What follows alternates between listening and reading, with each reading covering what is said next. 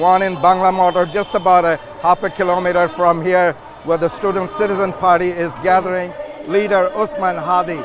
There's a strong anti-India sentiment in the protest. They're saying that India has influenced the current political situation in Bangladesh before the election. ভারতীয় পণ্য বর্জন আমাদের পক্ষে সম্ভব না, কারণ আমাদের জনসংখ্যা তো হিউজ। আমরা চাইলেও এটা পারতেছি না আর কি। সকালবেলা উঠেই দেখা গেলো আমরা পেপসোডেন্ট যে ব্রাশ করতেছি আর কি, সেটা কি ভারতের না? আবার একটা খবরে থমকে গেল বাংলাদেশের বাজার, কারণ ইতিমধ্যে ভারত সেখানে অনেক কিছুই পাঠানো বন্ধ করে দিয়েছে, যার মধ্যে আলু, পেঁয়াজ ইত্যাদি অন্যতম।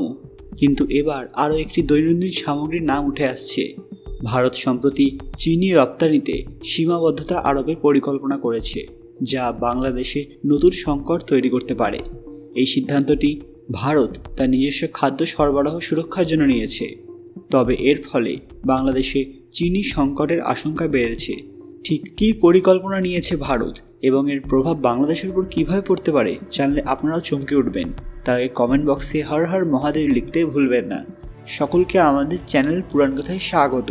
আজকে আপনারা জানবেন বাংলাদেশে আবার কি পাঠানো বন্ধ করলো ভারত।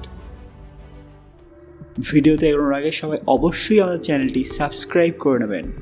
বাংলাদেশ প্রায় সম্পূর্ণরূপে আমদানি করা চিনির উপর নির্ভরশীল এবং ভারত বাংলাদেশে পরিশোধিত চিনির প্রায় 15% কাঁচামালের উৎস। ভারতের রপ্তানি বন্ধ হলে বাজারে তীব্র অস্থিরতা দেখা দিতে পারে বলে স্থানীয় উদ্যোক্তারা সতর্ক করেছেন। আব্দুল মোনেম সুগার মিলস লিমিটেডের অর্থ বিভাগের জেনারেল জানিয়েছিলেন যে তাদের চিনির প্রায় 80% ব্রাজিল থেকে আসে। তবে ভারত যদি রপ্তানি বন্ধ করে দেয় তাহলে বিশ্ববাজারে চিনির দামের ঊর্ধ্বগতি হবে। ভারতের মতো সহজ উৎস হারালে বাংলাদেশে বড় সংকট তৈরি হবে। ইতিমধ্যে চিনির দাম অনেক বেড়ে গেছে, পাইকারি হারে তা অনেক দামে পৌঁছে গেছে, খুচরো বাজারেও এর দাম বেড়ে যাচ্ছে। ভারতীয় সিদ্ধান্তের প্রতিফলন স্থানীয় বাজারে দেখা দিতে পারে, যা ভোক্তাদের জন্য আরও চাপ সৃষ্টি করবে। বাংলাদেশে আগে থেকেই খাদ্যপণ্যের বাজারে অস্থিরতা ছিল। এর আগে আর্জেন্টিনা এবং ইন্দোনেশিয়া ভোজ্য তেল রপ্তানিতে নিষেধাজ্ঞা আরোপ করেছিল, ফলে সেই সময় থেকেই বাংলাদেশে তেলের বাজারে তীব্র সংকট ছিল। একইভাবে ভারত যখন আলু, পেঁয়াজ সব বন্ধ করে দেয়, পাশাপাশি বেশ কিছু জিনিস এক্সপোর্ট করা বন্ধ করে দেয়, তখন বাংলাদেশের বাজারে অস্থিতিশীলতা দেখা দেয়। এই পরিস্থিতিতে ভারতের চিনি রপ্তানি সীমিত করার সিদ্ধান্ত প্রতিবেশী দেশগুলোর ওপর গুরুতর প্রভাব ফেলতে পারে। বিশ্বের বৃহত্তম চিনি উৎপাদক এবং দ্বিতীয় বৃহত্তম রপ্তানিকারক ভারত। বর্তমানে প্রায় 10 মিলিয়ন টন পর্যন্ত রপ্তানির পরিকল্পনা থাকে। এটি নিশ্চিত করবে যে পরবর্তী আবহাওয়া শুরু হওয়ার আগে ভারতের অভ্যন্তরীণ মজুদ যথেষ্ট মজুদ রয়েছে। তবে বাংলাদেশের মতো দেশগুলোর জন্য, যারা বছরে প্রায় 20 লক্ষ টন চিনি ব্যবহার করে, ভারতের চিনির উৎস হারানো গুরুতর প্রভাব ফেলবে। সরকারি কারখানাগুলি মাত্র 30,000 টন চিনি উৎপাদন করে, যা মোট চাহিদার একটি ক্ষুদ্র অংশ।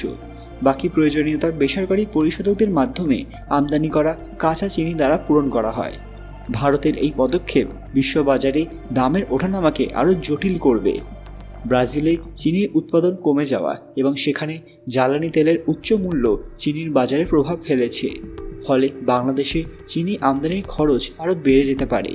ভারত যদি তার রপ্তানি সীমিত করে তাহলে বাংলাদেশকে হয়তো ব্রাজিল বা অন্য কোনো উৎসের ওপর আরও নির্ভর করতে হবে, যা কৌশলগতভাবে কম সুবিধাজনক এবং খরচ সাপেক্ষ। এই প্রেক্ষাপটে বাংলাদেশ সরকারের জন্য চিনি শিল্পে আত্মনির্ভরশীলতা বাড়ানো এবং স্থানীয় উৎপাদন বৃদ্ধির পদক্ষেপ নেওয়া জরুরি। তা না হলে ভবিষ্যতে খাদ্যপণ্যের জন্য বাংলাদেশের বৈদেশিক নির্ভরতা আরও বড় চ্যালেঞ্জ হয়ে দাঁড়াবে। বন্ধুরা, আপনাদের কি মনে হয় ভারত কি বাংলাদেশে চিনি পাঠানো বন্ধ করে দেবে? যদি করে দেয় তাহলে বাংলাদেশের উপর এর কী প্রভাব পড়তে পারে? ভারতের কি এটা করা উচিত? আপনাদের মূল্যবান মতামত কমেন্ট বক্সে অবশ্যই জানাবেন। আজকে এই ভিডিওটি লাইক করবেন এবং শেয়ার করে সবাইকে দেখার সুযোগ করে দেবেন। কমেন্ট বক্সে ভক্তির সঙ্গে হর হর মহাদেব লিখতে ভুলবেন না। আরও এরকম দরকারি ভিডিও দেখতে পুরাণ কথা অফিসিয়াল চ্যানেলটি মনে করে সাবস্ক্রাইব করে নেবেন। খুব তাড়াতাড়ি ফিরে আসবো আরও কিছু দরকারি আপডেট নিয়ে। ততক্ষণ আপনারা এই ভিডিওগুলো দেখতে পারেন। ধন্যবাদ।